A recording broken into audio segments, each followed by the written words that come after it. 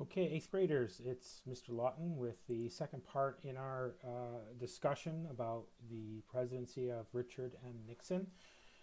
This video we're going to talk about the Watergate scandal, and what I would like to have you do is pay close attention to the video. I'm going to put clues throughout the video to help you to answer the short quiz after the video, and also there will be a worksheet called Fallout from Watergate that you'll need to complete after the video as well. Those two things will accompany this video. So the Watergate scandal. The Watergate scandal gets its name from the Watergate Hotel in Washington, D.C. During the election campaign of 1972, the Democratic National Committee had its offices inside the Watergate building. Keep in mind that Nixon was a Republican, so the Democrats were his competition.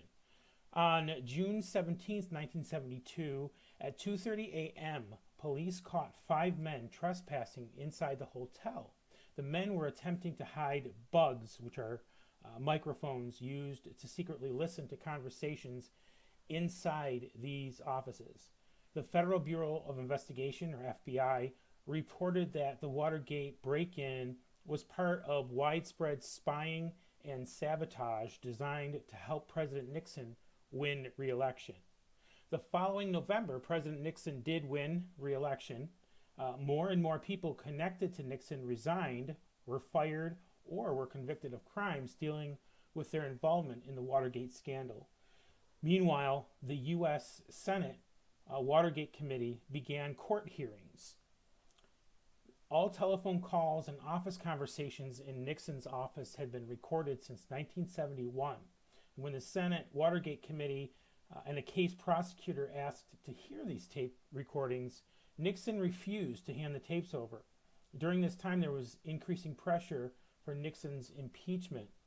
The U.S. Supreme Court ordered Nixon to hand over tapes of 64 White House conversations. Days later, the House Judiciary Committee passed one of 3 articles required to impeach the president. The following month, though, on August 8, 1974, Nixon announced his resignation. It was the first time in history that a U.S. president had actually resigned. President Ford, Gerald Ford, was sworn in as president the next day.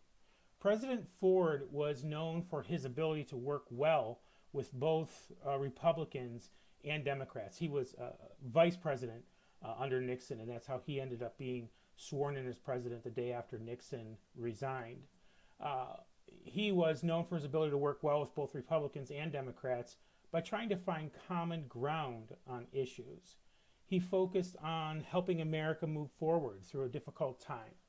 He eventually pardoned Nixon. He signed a formal pardon for pardoning Nixon of all charges connected to the Watergate scandal. And so Nixon ultimately didn't have to face the charges after he resigned from the presidency. He didn't actually have to face any charges, criminal charges related to Watergate, because President Ford used his power as a president to formally pardon President Nixon. He assumed power in a period of great division and turmoil, said President George W. Bush of President Ford. And for a nation that needed healing and for an office that needed a calm and steady hand, Gerald Ford came along when we needed him most. This, again, was a quote from President George W. Bush many years later. And so that's our kind of overview of the Watergate scandal. As always, guys, if you have any questions, feel free to email me or have a parent or guardian email me. My email is jlawton@ndyfs.org. And once again, you'll want to complete that quiz. You may need to go back through the video and look for the clues again. If you need help to do the quiz, that's okay. And then there's a worksheet, as I mentioned earlier, Fallout from Watergate, that you'll need to complete as well. And then we'll see you in the next video.